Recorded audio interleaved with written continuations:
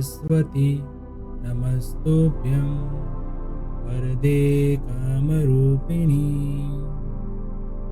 विद्यारंभं करिष्यामि सिद्धिर्भवतु मे सदा।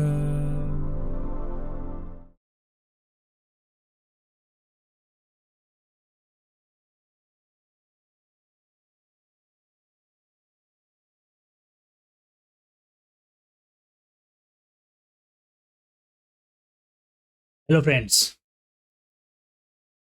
11th commerce हमारा 11th ऑफ अकाउंट्स का part 1 chapter number 1 accounting and it's terminology. इसमें हमने लेक्चर 1 में इंट्रोडक्शन में पढ़ा था, अकाउंटिंग की हिस्ट्री थोड़ी पढ़ी थी, अकाउंटिंग की शुरुआत कैसे हुई उसके बारे में जाना था। आज के लेक्चर में हम पढ़ने वाले हैं benefits and advantages of accounting and limitation of accounting. Introduction का ये अकाउंटिंग एंड टर्मिनोलॉजी का जो चैप्टर है, इसमें थोड़ा बेसिक हम जानेंगे पहले अकाउंटिंग के बारे में। ये अकाउंटिंग कहाँ कहाँ हमें काम आने वाला है, इसके एडवांटेजेस क्या है, उसकी लिमिटेशन क्या है वगैरह। उसके बाद हम जाएंगे इसके टर्मिनोलॉजी पर, टर्म सीखेंगे और फिर अकाउंटिंग सिस्टम क्या है उसके बारे में हम पढ़ेंगे। ठीक है, तो आराम से, और ये बेसिक जो है जितना मतलब आप जो पढ़ रहे हो आपको मालूम होना चाहिए कि कितना इम्पोर्टेंट है, ये हमें कहाँ पे काम आने वाला है, इसकी लिमिटेशन क्या है, तो इसके बारे में जानना जरूरी है। तो चलिए शुरू करते हैं आज का लेक्चर हम benefits and advantages of accounting के साथ। सबसे पहले हम देखेंगे आज बेनिफिट्स। ठीक है, तो बेनिफिट्स में यानी कि ऐसा कहा गया है कि जो अकाउंटिंग जो है एक सोशल साइंस है। हमने उसके कैरेक्टरिस्टिक में भी देखा, आर्ट है, साइंस है।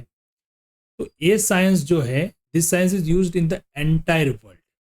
ये एंटायर वर्ल्ड में यूज होता है। It utility disclose its advantages, मतलब इसका जो यूज है वो हमें दिखाता है कि इसका कितना इम्पोर्टेंस है, ये कितनी एडवांटेजेस इसके हैं। ठीक है, तो ठीक है, सबसे पहला बेनिफिट उसका बताया तो यह है कि availability of accounting information. Accounting की डेफिनेशन में हमने पढ़ा था, रिकॉर्डिंग, एनालाइजिंग, क्लासीफाइंग, ये सब जो है ये अकाउंटिंग का काम है, मतलब ये प्रोसेस है। तो अकाउंटिंग जो हम करेंगे, जिसका हम रिकॉर्डिंग करेंगे, जिसका क्लासीफाइंग करेंगे, जिसका एनालिसिस करेंगे, वो जो डेटा, जो इन्फॉर्मेशन हमारे पास पड़ी है, वो इन्फॉर्मेशन हमारे पास कभी भी अवेलेबल रहती है। ये इसका एक बेनिफिट है। कैसे, चलिए पढ़ते हैं कैसे। Accounting information is prepared by any owner of the business, मतलब कोई भी बिजनेस है, छोटा बड़ा कोई भी, वो अकाउंटिंग इन्फॉर्मेशन रखता है। If this information is readily available, अगर ये आपके पास जब चाहे तब ऑन हैंड आपके पास अवेलेबल है, तो ये जब जरूरत पड़ती है तब हम एट टू टाइम यूज कर सकते हैं उसका। ठीक है, it can be use by the owner as when it is needed. कहाँ कहाँ जरूरत पड़ सकती है इसकी, तो जैसे कि किसी को कोई बैंक में जाके हमको लोन लेनी है, तो लोन बैंक हमको जब देगा तो कैसे देगा, हमारे बिजनेस की या तो पर्सनल जो भी है हमारी वो वेल्थ कितनी है, फाइनेंशियल सिचुएशन क्या है, इकोनॉमिक कंडीशन कैसी है, उसके बेसिस पे लोन प्रोवाइड करेगी। बराबर है, तो ये डिटेल जो है, जो इन्फॉर्मेशन है, वो हमें ओनली वन अकाउंटिंग से ही मिलती है। ठीक है, दूसरा इसका एडवांटेज है प्रॉफिटेबिलिटी। प्रॉफिटेबिलिटी क्या है, तो प्रॉफिटेबिलिटी मतलब कि भी बिजनेस तो हम कर रहे हैं, तो उसका बिजनेस जो है हमारा वो प्रॉफिट कर रहा है कि क्या, यानी कि during specific accounting period how much profit is earn और how much loss is incurred by the business, this information provided by accounting. मतलब ड्यूरिंग स्पेसिफिक पीरियड, यानी कि महीना हो गया, 3 महीने, क्वार्टरली हम बोल सकते हैं, हाफ ईयरली बोल सकते हैं, एक ईयर। तो एक जो स्पेसिफिक पीरियड होता है उसमें हमारे बिजनेस में से हमने प्रॉफिट किया या लॉस किया, इसकी डिटेल हमें अकाउंटिंग से ही प्रोवाइड होती है, अकाउंटिंग के हिसाब से ही मिलती है। This information ascertain from profit and loss account, ये प्रॉफिट एंड लॉस अकाउंट से हम इसकी डिटेल निकाल सकते हैं। जब अकाउंटिंग के हम प्रोसेस सीखेंगे तो प्रोसेस के अंदर हम देखने वाले हैं कि क्या क्या रिकॉर्ड्स बनाने होते हैं, प्रॉफिट एंड लॉस अकाउंट क्या है, बैलेंस शीट क्या है, ये सारी एक प्रोसेस है। वो प्रोसेस में हम पढ़ेंगे कि ये क्या किस तरह से बनता है। और अभी आपको मतलब समझना है कि जो ये अकाउंटिंग है उसके प्रॉफिट एंड लॉस अकाउंट जो है उसमें से हम ये प्रॉफिटेबिलिटी निकाल सकते हैं। नो फाइनेंशियल स्टेटस, तीसरा इसका एडवांटेजेस है कि हम हमारा फाइनेंशियल स्टेटस क्या है वो जान सकते हैं। यानी कि eight the end of the period, eight the end of the period, ये पीरियड मतलब ये होता है कि एक साल हो गया या तो फिर हाफ ईयरली, क्वार्टरली, कुछ भी, बराबर है। तो ये at the end of the period what is the size of liability for the business can be ascertained. If the size of liability of business is more it indicates weak economic condition. यानी balance sheet जो होती है ना, balance sheet में एक asset side होती है और एक होती है लायबिलिटी साइड। तो हमें एक स्पेसिफिक पीरियड पे पता चलता है कि भाई हमारी लायबिलिटी ज़्यादा है या एसेट्स ज़्यादा है। अगर लायबिलिटी जो है वो बहुत ज़्यादा है तो ये इकोनॉमिक कंडीशन बिजनेस की वीक बता रहा है। ये इंडिकेट करता है हमें कि भाई हमारी बिजनेस की कंडीशन, जो फाइनेंशियल कंडीशन, जो इकोनॉमिक कंडीशन है, बहुत वीक है। यानी हमारे पास उतनी भी एसेट्स नहीं है कि हम हमारी जो लायबिलिटी है वो पे कर सकें। ठीक है। और दूसरी तरफ है कि अगर लायबिलिटी की साइज कम है तो एक गुड कंडीशन है, लायबिलिटी कम है तो बिजनेस की इकोनॉमिक कंडीशन बहुत ही अच्छी है। This economic status can be ascertain through balance sheet, ये बैलेंस शीट के थ्रू हम कर सकते हैं। यानी प्रॉफिट एंड लॉस अकाउंट और बैलेंस शीट दोनों हम, फाइनेंशियल स्टेटमेंट हमारे हैं वो अकाउंटिंग रिकॉर्ड्स रखने के बाद हम बना सकते हैं। किस तरह से बनते हैं वो हम आगे के चैप्टर में पढ़ने वाले हैं। अभी बेनिफिट क्या क्या है वो देखना है ताकि हमें अकाउंटिंग प्रोसेस सीखने में भी बड़ा वो एक क्यूरियोसिटी हो है कि भाई इतना बेनिफिट है तो अकाउंटिंग क्या है, बराबर है, वो देखना पड़ेगा, सीखना पड़ेगा। अब फोर्थ जो बेनिफिट है वो है टैक्स प्लानिंग। टैक्स प्लानिंग यानी कि tax on an income has to be paid by every business unit. हर एक बिजनेस जो होता है उसको टैक्स पे करना पड़ता है। अगर टैक्स कितना पे करना है वो कैसे पता चलेगा, तो वो भी हमें अकाउंटिंग रिकॉर्ड से ही पता चलेगा। जैसे बोला ना प्रॉफिटेबिलिटी, तो प्रॉफिट हुआ कि लॉस हुआ, प्रॉफिट होगा तो टैक्स पे करना है, लॉस हुआ तो हमें वो आगे जाके दूसरे मतलब अगले ईयर में भी हमें वो टैक्स में बेनिफिट मिलता है, यानी कि टैक्स पे नहीं करना है। ये सारे बेनिफिट्स है, बराबर। तो टैक्स भरना है कि नहीं भरना है, या तो भरना है तो कितना पे करना है, ये सारी डिटेल भी हमें अकाउंटिंग से मिलती है। टैक्स की कितनी अमाउंट पे करनी है वो सारी चीज़ें अकाउंटिंग से ही मिल सकती है। Keeping in mind quantum of transaction, what amount of tax is to be paid for respective period is ascertain from accounts. देखो टैक्स जो है ना, टैक्स का हम प्लानिंग कर सकते हैं। टैक्स जो है वो हर एक पर्सन को पे करना है, वो हमें पता है। जो लोग बिजनेस करते हैं, जो प्रॉफिट कमाते हैं उसको पे करना है, जो जॉब करते हैं सैलरी मिलती है उसको भी टैक्स पे करना है। तो टैक्स पेमेंट जो करना है वो बहुत बड़ी एक बर्डन होता है हर एक लोग पे। मतलब हर एक अभी देखते हैं कि भाई कोई भी टैक्स पे करना नहीं चाहता। तो इसके लिए गवर्नमेंट का जो इनकम टैक्स एक्ट है, वो इनकम टैक्स एक्ट के अंदर हमें वो टैक्स का बर्डन कम करने के लिए बहुत सारे रिलीफ दी हुई है, बहुत सारे डिडक्शन दिए हुए हैं, बहुत सारे एग्जेम्पशंस दिए हुए हैं। ये जो वर्ड्स में बोल रहा हूँ अभी आपको समझ में नहीं आएगा, पर धीरे धीरे आप इसमें आगे जाके पढ़ोगे तो उसमें आपको सारी चीज़ें मालूम पड़ेगी। ये रिलीफ, डिडक्शन, ये सब चीज़ें जो है वो आपको टैक्स प्लानिंग करने में मदद करती है। मतलब आप प्रॉफिट कमाओ पर उसको कहीं पे आप इन्वेस्ट करो, ऐसी जगह पे इन्वेस्ट करो तो आपको टैक्स कम पे करना है, तो आपका बिजनेस की इकोनॉमिक कंडीशन भी ज़्यादा रहेगी और टैक्स भी आपको कम करना पड़ेगा।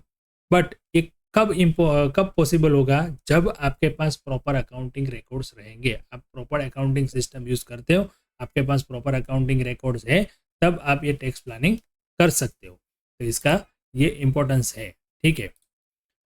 वैल्यूएशन ऑफ बिजनेस, नेक्स्ट है वैल्यूएशन ऑफ बिजनेस। तो बिजनेस की वैल्यूएशन क्या है, मतलब देखो कि हमने कई सारी देखा है कि वो कंपनी ने इस कंपनी को बाय कर लिया, बराबर। तो हम पेपर में पढ़ते रहते हैं कि भाई इतनी बड़ी कंपनी थी, उस कंपनी मतलब बंद हो गई तो दूसरी कंपनी ने उसको परचेस कर लिया, टेक ओवर कर लिया, ऐसा बोलते हैं हम। एक वोडाफोन जो है हम देखते हैं, बराबर। नोकिया कंपनी जो है वो पूरी की पूरी कंपनी दूसरी कंपनी ने बाय कर ली, यानी कि टेक ओवर कर लिया, एक परचेस कर ली। तो ये हमें अकाउंटिंग से पता चलता है। जब कभी हमको बिजनेस क्लोज करना है, या तो हमारा पूरा बिजनेस है वो किसी और को हमें बेचना है, या किसी और का बिजनेस हमें लेना है, तो जो बिजनेस की वैल्यू क्या है, वो वैल्यूएशन बिजनेस हमें अकाउंटिंग से पता चलती है। In practice sometime an owner sells is on business to another person. कई बार ऐसा होता है कि भाई उनको इस प्रॉफिट में नहीं लगता है, या तो कोई दूसरे बिजनेस में जाने, वॉट एवर रीजन, बट वो पूरे का पूरा बिजनेस किसी को हमें सेल करना है, तो हमारे बिजनेस की वैल्यू क्या है वो हमें अकाउंटिंग से पता चलती है।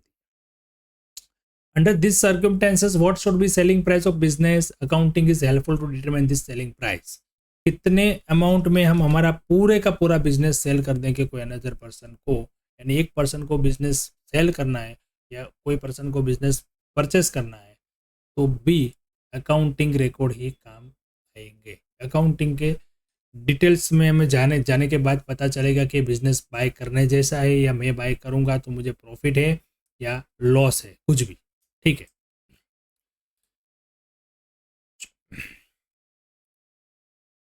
ठीक है। तो ये सारी चीज़ें वैल्यूएशन ऑफ बिजनेस में। नेक्स्ट पॉइंट जो है वो है decision making. Yes, decision making is a important benefit of the accounting to the business owners. जैसे डिसीजन कब लेने पड़ते हैं, तो बिजनेसेस के टाइप्स अलग अलग होते हैं। कोई एक पर्सन बिजनेस करता है तो उसको हम प्रोप्राइटरशिप बोलते हैं। दो चार लोग साथ में मिलके बिजनेस करते हैं तो उसको हम पार्टनरशिप बोलते हैं। उससे भी ज़्यादा लोग मिलके बिजनेस करते हैं तो उसको कंपनी बोलते हैं। अभी मैं आपको एकदम नॉर्मल सा इसका मैं बेसिक सा एक डेफिनेशन दे रहा हूँ, बराबर। आगे जाके आपको पढ़ना है ये सारी चीज़ें, मैनेजमेंट के सब्जेक्ट में भी आप आएंगे, तब आएंगे टाइप्स ऑफ बिजनेस, यानी कि फॉर्म्स ऑफ बिजनेस, जैसे proprietorship, partnership, company, cooperative society वगैरह, बराबर है। तो अभी मान लो कि कोई भी टाइप का बिजनेस हो, यानी कि कोई अकेला पर्सन है वो बिजनेस करता है तो उसको हम सोलो प्रोप्राइटरशिप कहते हैं। दो से ज़्यादा लोग साथ में मिलके पार्टनरशिप करके बिजनेस करते हैं तो उसको हम पार्टनरशिप फर्म बोलते हैं। उससे भी ज़्यादा लोग, यानी कि 50-100 लोग मिलके कंपनी बना के काम करते हैं तो उसको हम प्राइवेट लिमिटेड कंपनी या लिमिटेड कंपनी बोलते हैं।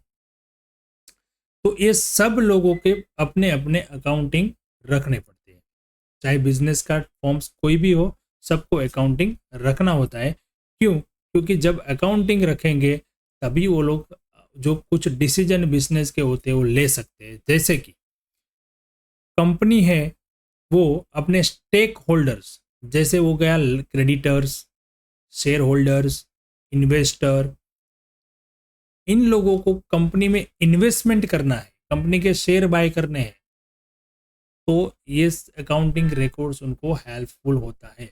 अकाउंटिंग रिकॉर्ड से उन लोगों को पता चलेगा कि कंपनी प्रॉफिटेबल है या लॉस मेकिंग है। कंपनी अगर प्रॉफिटेबल है, कंपनी फ्यूचर में क्या कितना प्रॉफिट कमाएगी, उस तरीके से वो लोग इन्वेस्टमेंट करते हैं, बराबर। स्टेक होल्डर यानी कि क्रेडिटर्स, ये भी सब वर्ड्स आपके लिए नया है। क्रेडिटर्स वो लोग होते हैं जो हमारी कंपनी में, मतलब हमें उनको कुछ पैसे देने हैं, हमारी कंपनी में उसको उनके पास से हमने कुछ माल खरीदा है क्रेडिट पे, वो क्रेडिटर्स होता है। शेयर होल्डर जो कंपनी में शेयर मतलब इन्वेस्ट करते हैं पैसा, इन्वेस्टर होते हैं जो कंपनी को कर्जे पे पैसा देता है वगैरह। तो ये सारी चीज़ें जो है ना, ये टर्मिनोलॉजी हम पढ़ेंगे कि ये क्रेडिटर्स क्या होता है वगैरह, ठीक है। पर अभी आपको समझना है कि कोई भी डिसीजन ऐसा मेकिंग लेना है तो हमें अकाउंटिंग रिकॉर्ड्स इसमें यहाँ पे हेल्पफुल रहते हैं। Accounting play vital role in decision making. Decision making में तो इसका सबसे इंपॉर्टेंट रोल है, ठीक है। एविडेंस के हिसाब से भी अकाउंटिंग का बहुत बड़ा रोल है। The formation of accounts is based on accounting rules and principle. देखो, अकाउंटिंग जो हम रखने वाले हैं, जो रिकॉर्ड्स हम रखने वाले हैं, वो ऐसे कैसे लिख दिया ये इतना पैसा आया इतना पैसा गया, वो नहीं है। इसके प्रॉपर रूल्स है, उसके प्रॉपर प्रिंसिपल है, वो यूज करके हमें अकाउंटिंग मेंटेन करना है, बराबर है। तो यानी कि जो भी अकाउंटिंग रिकॉर्ड हमने मेंटेन की है वो एज ए एविडेंस हम कहीं पे भी प्रूव कर सकते हैं, दिखा सकते हैं। यानी कोई भी डिस्प्यूट हो गया, कोई गड़बड़ हो गई, कोई केस हो गया कंपनी पे या बिजनेस पे या कुछ भी हो गया, तो वहाँ पे अकाउंट जो रिपोर्ट्स जो है वो अकाउंटिंग रिपोर्ट हम एज ए एविडेंस दिखा सकते हैं। ठीक है,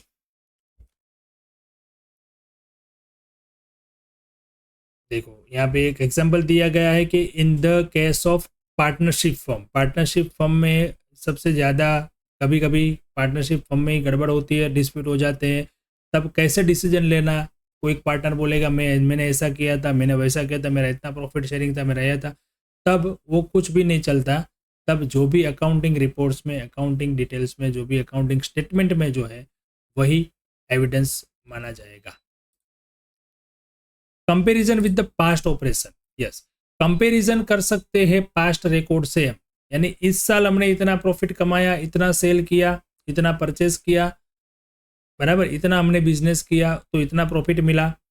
पास्ट ईयर में कितना था, पास्ट ईयर के हिसाब से हमने ग्रोथ किया है या ग्रोथ नहीं हुआ है, वो सारी चीज़ें हम देख सकते हैं और कंपेयर कर सकते हैं। प्रॉफिटेबिलिटी चेक कर सकते हैं, बिजनेस का डेवलपमेंट हो रहा है या डेवलपमेंट नहीं हो रहा है। अगर डेवलपमेंट नहीं हो रहा है तो कौन कौन सी चीज़ों पे हमें ध्यान देना है, ज़्यादा मार्केटिंग में ध्यान देना है, सेल्स में ध्यान देना है, प्रोडक्शन में ध्यान देना है, कहाँ पे हमें ज़्यादा वीक पॉइंट है और कहाँ पे हमें ज़्यादा ध्यान देना है, और कहाँ पे कौन कौन से पॉइंट है उस पर हम काम करके बिजनेस को हम ग्रोथ में ला सके, बराबर, यानी कि डेवलपमेंट कर सके इन द फ्यूचर। तो ये सारी चीज़ें जब अकाउंटिंग रिकॉर्ड होंगे तभी पता चलेगी।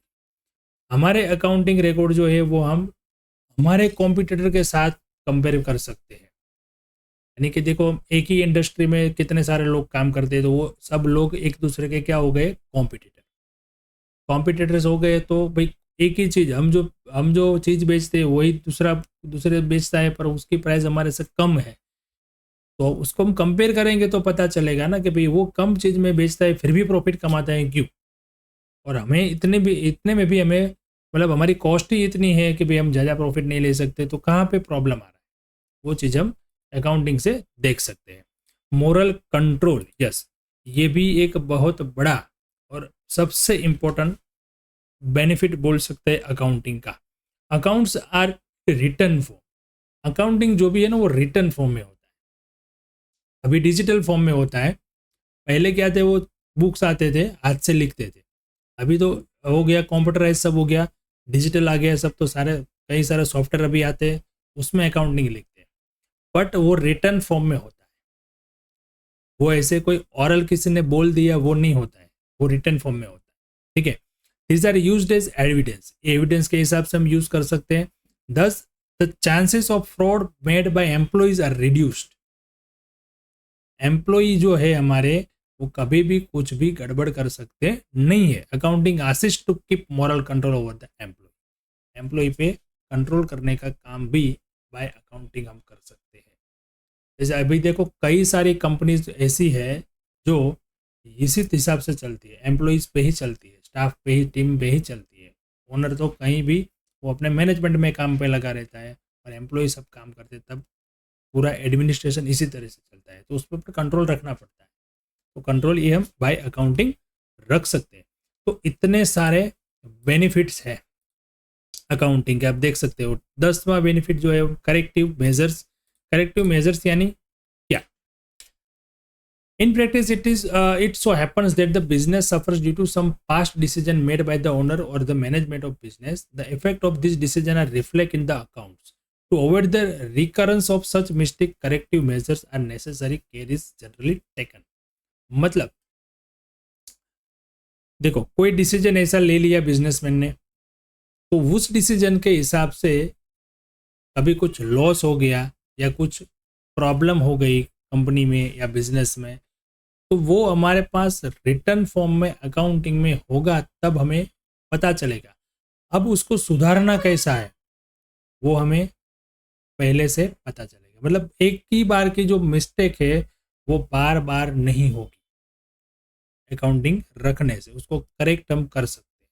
ठीक है, तो बहुत सारे बेनिफिट है अकाउंटिंग रखने के, उसके साथ थोड़ी बहुत उसकी लिमिटेशन भी है। ऐसा नहीं है कि उसके फ़ायदे ही फ़ायदे हैं, हाँ फ़ायदे ही फ़ायदे तो है। और अभी के टाइम में, मॉडर्न टाइम में हम देखें तो अकाउंटिंग एक बहुत ही साइंटिफिक, एक रिसर्च टाइप का एक सब्जेक्ट हो गया है और इतनी उसकी इम्पोर्टेंस बढ़ गई है। एक एनालिसिस, एक रिसर्च जैसा ये सब्जेक्ट हो गया है। यानी कि अकाउंटिंग वही तक सीमित नहीं रहता है कि भाई हमने इनकम लिखी, एक्सपेंस लिखा, बैलेंस शीट बनाए, प्रॉफिट एंड लॉस बनाए, खत्म। ये नहीं है। एक ट्रेडिशनल अकाउंटिंग था पहले, वो है। अभी तो सारा जो है वो रिसर्च पे चला गया है। आपको बहुत सारे इसमें मैनेजमेंट अकाउंटिंग का एक ब्रांच है, फाइनेंशियल अकाउंटिंग का एक ब्रांच है, कॉस्ट अकाउंटिंग है। ये सारी अलग अलग चीज़ों है जो आपको अभी मतलब एक इनोवेटिव एक हो गया है ऐसा कि भाई without accounting any business can not run successfully. Accounting के बिना कोई भी बिजनेस अभी सक्सेसफुल रन करना नामुमकिन जैसा हो गया है। ठीक है, चलिए फटाफट देखते हैं उसके लिमिटेशन क्या क्या है। लिमिटेशन में एक तो सबसे पहला है कि नॉन फाइनेंशियल ट्रांजेक्शन। अकाउंटिंग में हम फाइनेंशियल ट्रांजेक्शन ही लिखते हैं, नॉन फाइनेंशियल ट्रांजेक्शन जो है वो हम लिखते नहीं है, यानी इसका हमें कहीं पे रिकॉर्ड मिलता नहीं है। एक इसकी लिमिटेशन हम बोल सकते हैं, बराबर है। अगर रखना है तो हम रख सकते हैं, पर ये अकाउंटिंग के सिस्टम में नहीं है, उसके टेक्निक में, उसका रूल्स में नहीं है, तो ये कंपलसरी नहीं है। इसलिए कभी कभी एक उसके लिमिटेशन हो जाती है, जैसे कि sale of material, purchase sale of material, purchase sale of asset, बराबर है। ये सारी चीज़ें जो है कभी कभी छूट जाती है, तो उसका पता नहीं चलता है। The quality of honesty, loyalty, commitment of employees working in the organisation play significant role for the development of business. This aspect are not considered in accounting. मतलब हम वहाँ पे अकाउंटिंग में क्या हो जाता है कि वो हम जो लिखा है वो हम जानते हैं। आप कैसे हो, आप ऑनेस्ट हो, ये हो वो हम वो नहीं जानते। आपने लिखा है कि भाई मैंने इनको 5,000 रुपये दिए तो दी, अकाउंटिंग ये मानता है, जो लिखा हुआ है वो मानता है। तो ये एक उसकी एक छोटी सी हम बोल सकते हैं कि ये उसकी एक लिमिटेशन है। स्टेबल वैल्यू ऑफ मनी, यानी कि अकाउंटिंग जो है वो assume that value of money stable, पैसा जो है उसकी वैल्यू स्टेबल रहती है, ऐसा मानता है अकाउंटिंग सिस्टम। ऐसे ही जैसे कि asset was purchase before 5 year, 5 साल पहले मैंने कोई एसेट खरीदी थी, उसकी वैल्यू आज 50,000 है। अगर उसको रिप्लेसमेंट भी करना है, रिक्वायर्ड भी करना है, तो उसकी अभी वैल्यू ज़्यादा हो गई होगी। 5 साल पहले जो एसेट कोई मिलकत मैंने खरीदी थी तो वो अभी 50,000 की थी तब, पर अभी उसको खरीदने हम जाएंगे तो उसका रेट बढ़ गया होगा, जाहिर है बढ़ ही गया होगा। पर अकाउंटिंग के अंदर ऐसा नहीं मानते हम, वो जैसा है वैसे ही उसको मान के चलते हैं, तो एक उसकी लिमिटेशन हो जाती है। प्रैक्टिकली ये डन नहीं है। हम मान सकते हैं कि भाई इसकी वैल्यू बढ़ी है, पर अकाउंटिंग में ऑन द बुक्स तो वो कितनी की रहेगी, 50,000 की ही रहेगी। हिस्टोरिकल ट्रांजेक्शन, यानी in accounting historical transaction events are recorded. No correction are allowed in transaction for any mistake, but still historical transaction and events are useful to take future decision. Historical transaction का मतलब ये है कि transaction हो जाने के बाद हम उसका रिकॉर्ड करते हैं।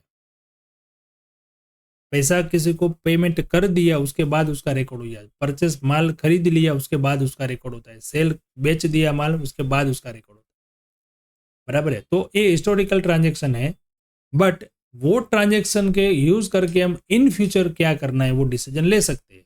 तो वैसे एक तो ये लिमिटेशन भी बोल सकते हैं, और उसका एडवांटेजेस ये भी है कि पास्ट रिकॉर्ड से हम अपना डिसीजन अच्छे से ले सकते हैं।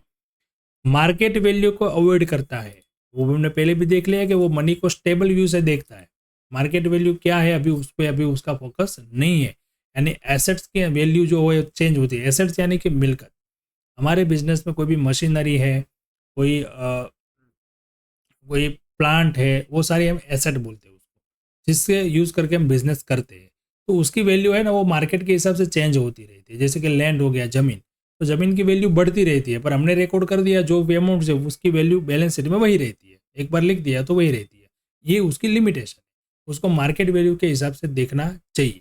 ठीक है, हाँ। और इसके बाद है एक यूज़ ऑफ एस्टिमेट। एस्टिमेट यानी कि अकाउंटिंग के अंदर टर्म्स है, जैसे कि बेड डेप रिजर्व एक टर्म है, वो एक एस्टिमेशन है, एक्चुअल नहीं है।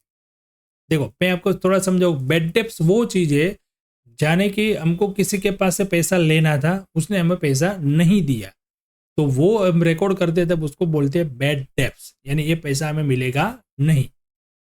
तो ऐसा कोई जो लॉस होने वाला है उसके लिए हम एक रिजर्व रखते हैं। रिजर्व यानी कि उसके लिए कुछ प्रोविजन करते रखते हैं कि भाई ऐसा कोई भविष्य में लॉस हमें होगा तो उसके सामने हम एडजस्ट कर पाएंगे। तो ये एस्टिमेट जो होता है वो एस्टिमेट कभी रॉन्ग भी निकलता है, तो ये एक उसकी लिमिटेशन है। ठीक है। बट ये जो एस्टिमेशन भी लेते हो तो पास्ट एक्सपीरियंस के हिसाब से लेते हैं, मतलब लॉजिक है एक, पर कभी कभी वो मिस्टेक के हिसाब से हमें प्रॉब्लम हो जाती है। ड्यूअल स्टैंडर्ड्स है। ड्यूअल स्टैंडर्ड का मतलब ये है कि there are two important components of account, just दो स्टेटमेंट उसके बहुत ही इंपॉर्टेंट है, एक है प्रॉफिट एंड लॉस अकाउंट और दूसरा है बैलेंस शीट।